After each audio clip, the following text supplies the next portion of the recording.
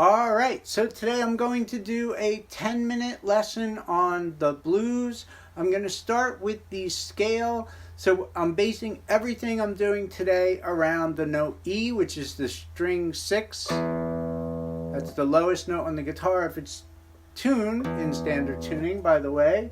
I'll just check my tuning as we go here. This is the note E. Then we have A, D, G, B, and E, high E. That's the first string. Okay, so now the pentatonic scale off the open E is going to look like this. It's going to be open, 3. Then I'm going to go to the A string, open, 2. Then I'm going to go to the D string, open, 2. Then the G string, open, 2. Then the B string, open, 3. Then the E string, open, 3. So that's open, 3, open, 2, open, 2, open, 2, open, 3, open, 3. Now without me saying anything.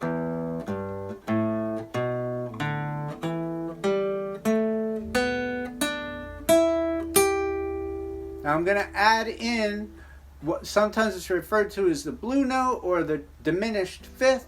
So what we're talking about when we say diminished fifth is the distance from the open string E to the next string on the first fret. That creates a dissonant note called a diminished fifth. Popular in heavy metal. Sometimes you'll hear that kind of sound in jazz too. Sometimes in classical, but in the blues scale it works like this. I'm going to go open 3, then open 1, 2, then open 2, open 2, 3, open 3, open 3. So we have our two, the note is B flat. So B flat here on the first fret of the A string and here on the third fret of the G string. So now if I play the blues scale, open 3, open 1, 2, open 2, open 2, 3, open 3, open 3. Now without me saying anything.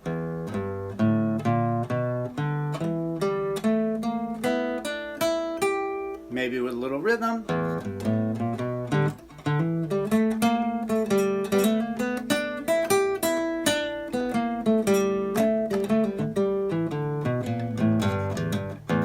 You can have loads of fun just playing that scale. Typically in the blues we play it over a 12-bar blues format, which I'm going to do next. The chords I'm going to use here are the 1, 4, and 5 chords. These are what we call the primary chords in the key. Like I said, we're basing this around E. It doesn't really matter at this point whether it's major or minor, because all I'm going to use is a power chord. So I'm going to use an E power chord, which is open E, 2nd fret.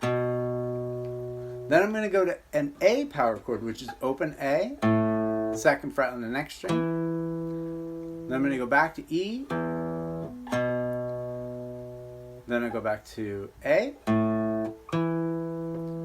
Then I'm going to do E again. Then B, which is on the A string, 2nd fret, 4th fret. Then back to A.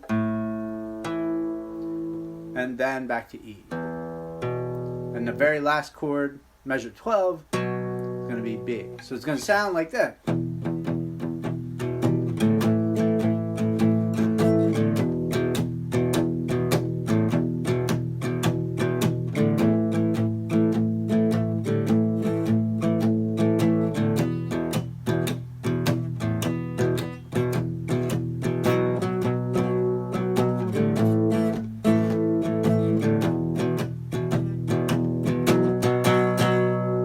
That's our 12-bar format. So it's a measure of E, measure of A, 2 measures of E, 2 measures of A,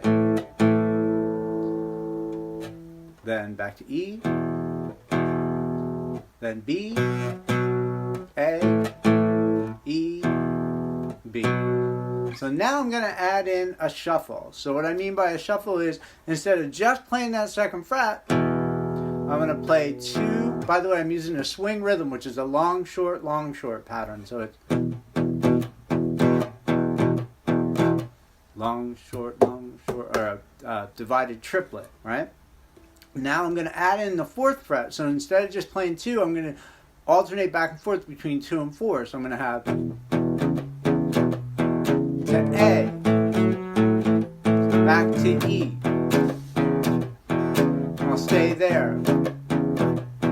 To A, back to E. Then B. I'm just going to play B without the shuffle. To A. To E. And back to E. That's called the turnaround. So for the turnaround, sorry, I had to grab my pick. For the turnaround, I didn't really do the shuffle. This time I'm going to play it again, and I will add in the shuffle notes with a little bit more, little more intricacies added into the rhythm.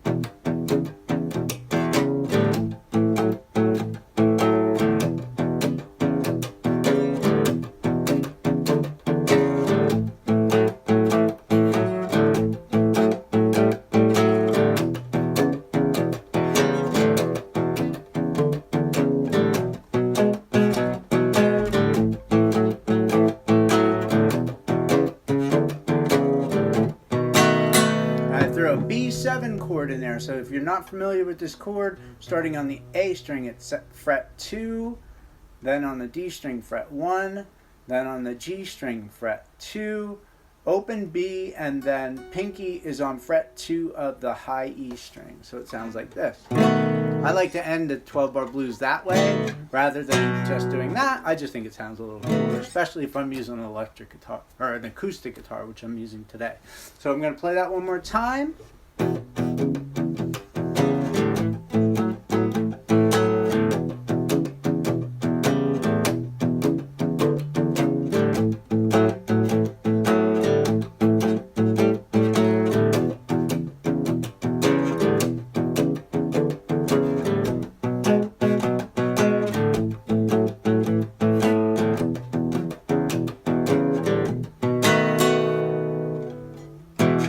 Okay, so now what I'm going to do is I'm going to fill in some notes. So I'm going to play a little blues, the shuffle rhythm, and then add in a little pentatonic scale. Just playing around here, having a little fun with it. So it'll sound like this.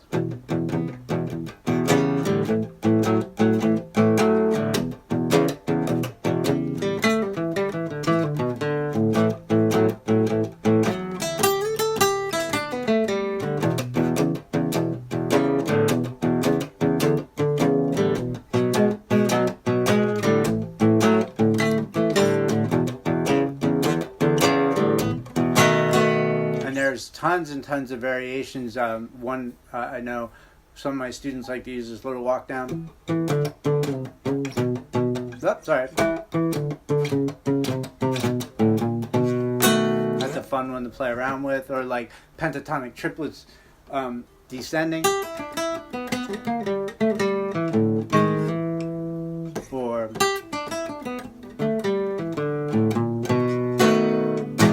that kind of stuff. There's all kinds of variations on that.